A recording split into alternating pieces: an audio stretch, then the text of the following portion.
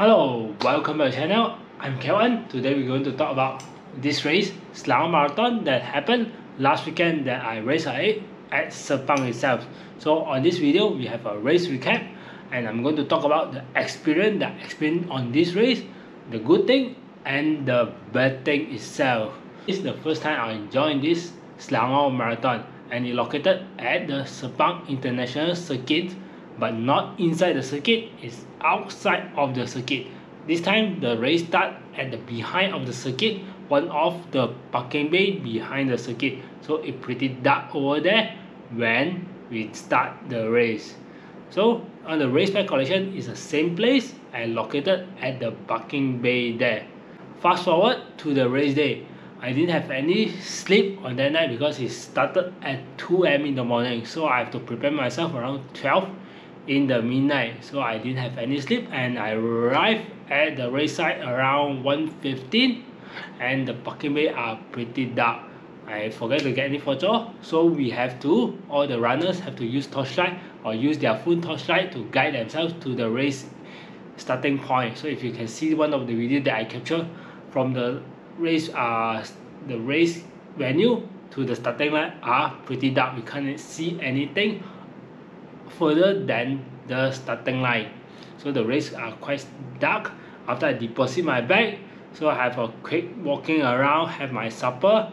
During that time, few people greet me, but I also not sure how to reply because that time I'm supposed sleeping, and I'm having in the zombie sleeping mood around that time. So we flag off exactly around 2 AM in the morning. Once we flag off, we already hit the dark road in front of us. So the road are pretty dark, as you can see, all the way stretch for 3 kilometers with some of the light in the middle of the road.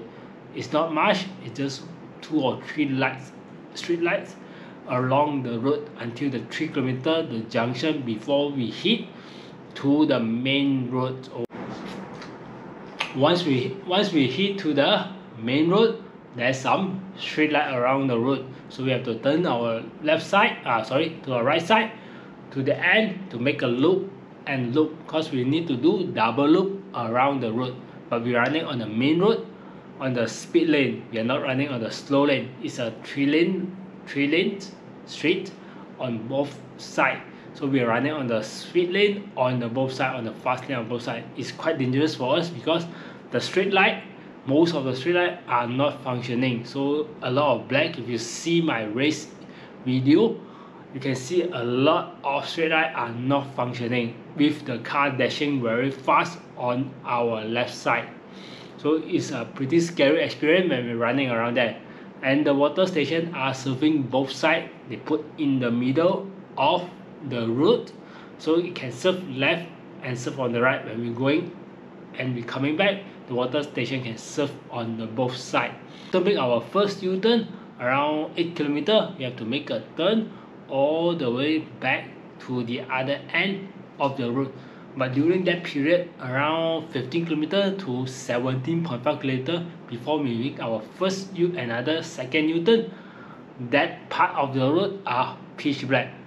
There's no functioning street light or anything around that road, but there's one water station and one spotlight, and the other spotlight at the U-turn. That part of the road are actually pretty scary because the road are pitch black, you cannot see anything. Just to need the cone they put to divide the cars and the runner itself, and we can experience the speeding car on our left side. So actually quite pretty all those volunteers that working at that water station and at that U-turn point. So we have to run to the U-turn point and came back to the other side before we make another U-turn on the race. So that around 5 kilometer period are pitch black for every runner. So for full marathon, we have to run that route twice. So we have to make the U-turn and run up and down on that part for 10 kilometers in the pitch black environment. To make my second U-turn, my legs starting to feel fatigue, so I've dragged my body all the way to the 22 kilometers. So even though my legs are starting to feel a bit cramped on both sides of my leg, so I'm still dragging around 430 to 450 pace. I'm starting to drop a bit to make my third U-turn coming back. After making my third U-turn, when I'm coming back around 30 km, my legs are completely gone. So I have to stop by to the water station, add to the medicine, and take some of those Slon or anti-cramp to apply to both of my leg. So after apply, I start back my journey. I ran to the last U-turn that further a bit more from the darkness place. Another one more U-turn that is a roundabout, so we make another U-turn over there, coming back to the middle of the road, and we turn right to end our race.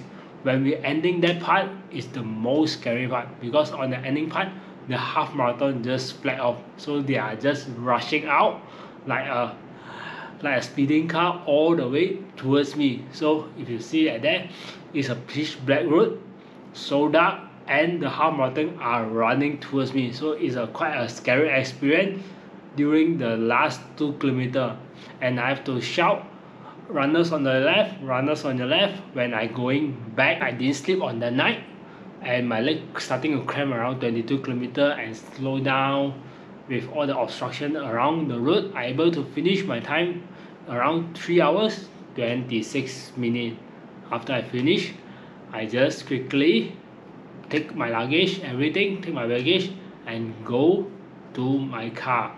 But unfortunately I can't go home even though I've changed in the car, because there's someone double park and block my car at the venue. So I have to sleep inside my car for almost 2 hours before the other car on the side left the scene. Then I only able to left and go home. What I like about this race, first is those volunteers. Those volunteers, they work their heart off even in this tough condition. The roads are pitch black, the tents are very dark, so many runners, everything. They work their heart off for the whole event. The second thing is the race profile itself. The roads are pretty flat. Along after we hit the main road, the roads are pretty flat on there. So this is the thing that I quite like about this race. That I'm not really like about this race, first of all, is the darkness of the road.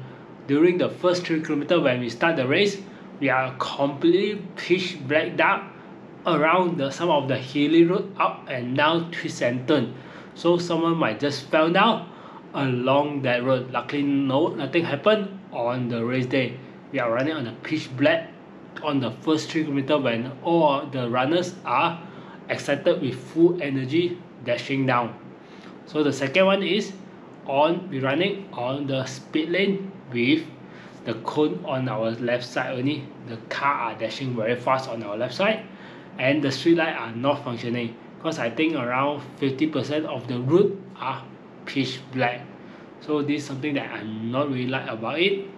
That is the cross section. If you see from the map here, 10 km or half marathon, they are coming out to hit the road, hit the course, and the full marathon are going to finish, or the full marathon are going to make the other loop. So you can see the cross section at there, and with the car passing by, so it become very congested at that point. The fourth one is the start and the ending on the single profile lane. So half marathon are starting, full marathon going back, half marathon are finishing, 10 km are coming back. So there might be a head-to-head collision on that road. So to avoid, definitely the finishing will be running on the grass of that road. So it's not something that advisable to do, because it might head-to-head collision with some of the people are starting to dash to each other.